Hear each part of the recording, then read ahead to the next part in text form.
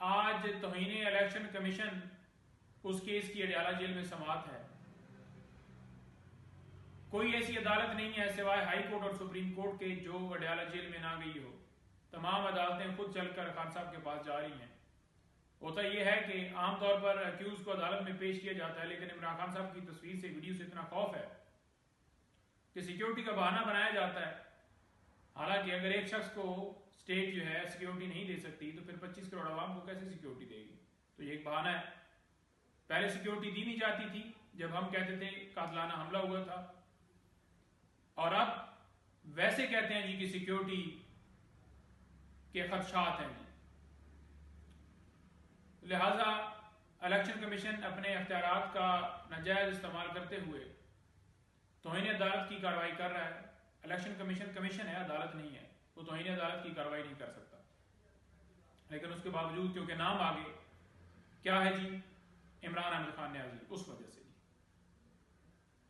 तो खैर खान साहब ने लास्ट हियरिंग के ऊपर भी हमें कहा कि ये क्या केस है। मैंने कहा जी तौहीन इलेक्शन कमीशन। कहते हैं मैं इनसे माजरत कर लूंगा अगर हलफ के ऊपर ये कह दें कि ये न्यूट्रल है, या निगरान सेटअप जो है वो न्यूट्रल है, या ये कहीं से फोन कॉल्स नहीं लेते। इसके साथ साथ आपको ये बता दूं कि अभी तक बल्ले का निशान जो है वो हमें नहीं मिला। सिर्फ कारकुनान के अंदर एक मायूसी पैदा करने के लिए कि पता नहीं पीटीआई बैलेट पेपर के ऊपर होगी नहीं होगी, तो ये भी इलेक्शन कमीशन की बदनीति है।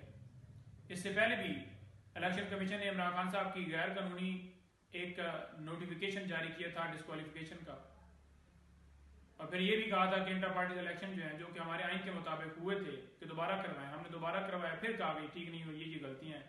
कोई गलती नहीं है, सिर्फ नाम इमरान अहमद खान न्याजी है जी। इसके साथ साथ आपको ये बताता जाऊं कि गुज़श्ता रोज इमरान खान साहब एक मुकदमे में बरी हो गए, तो पूरी कौम को उसमें मुबारकबाद। इंशाल्लाह तमाम केसेस में इमरान खान साहब सुरखरू होंगे। बरी हमेशा उसी बुनियाद के ऊपर एक शख्स होता है जब कोई उसके खिलाफ कसूर साबित नहीं होता, कोई ऐसे शवाहिद नहीं होते, तो अदालत जो है बरी कर देती है।